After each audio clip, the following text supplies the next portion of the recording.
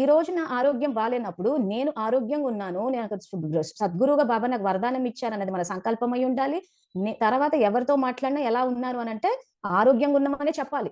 ఆరోగ్యంగా ఈ రోజు సద్గురువైన వరదానం ఇచ్చిన తర్వాత కూడా నాకు ఒంట్లో బాలేదంటే చేసుకున్న కర్మ వచ్చింది. ఇప్పుడు అది అందరికి పబ్లిసిటీ అవసరమా? అలా పబ్లిసిటీలు ఇస్తే అందరూ ఏమంటారు తెలుసా? అవును పరమాత్మ అవతరించిందంటారు. బాబా బాబా అని అంటారు. మీ బాబా ఏం చెయ్యరా అని అడుగుతారు. సో ఏం చేసాం అక్కడ? తండ్రిని వ్యతిరేక దిశలో ప్రత్యక్షం చేసేసాం. ఇంకెవరు నమ్మరు ఇంకా. ఆ లెక్కన మనమే రోగాలతోటి ఉన్నప్పుడు ఇంక వీళ్ళ బాబా వచ్చి వీళ్ళకే ఏం చేయండి మాకేం చేస్తాడంటున్నారు. మరి ఆయన నిజంగా చెయ్యరా అంటే చేస్తారు.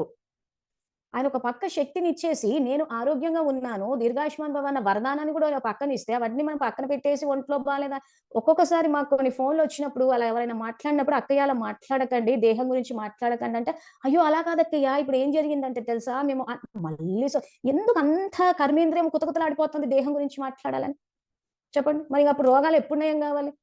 ఆయన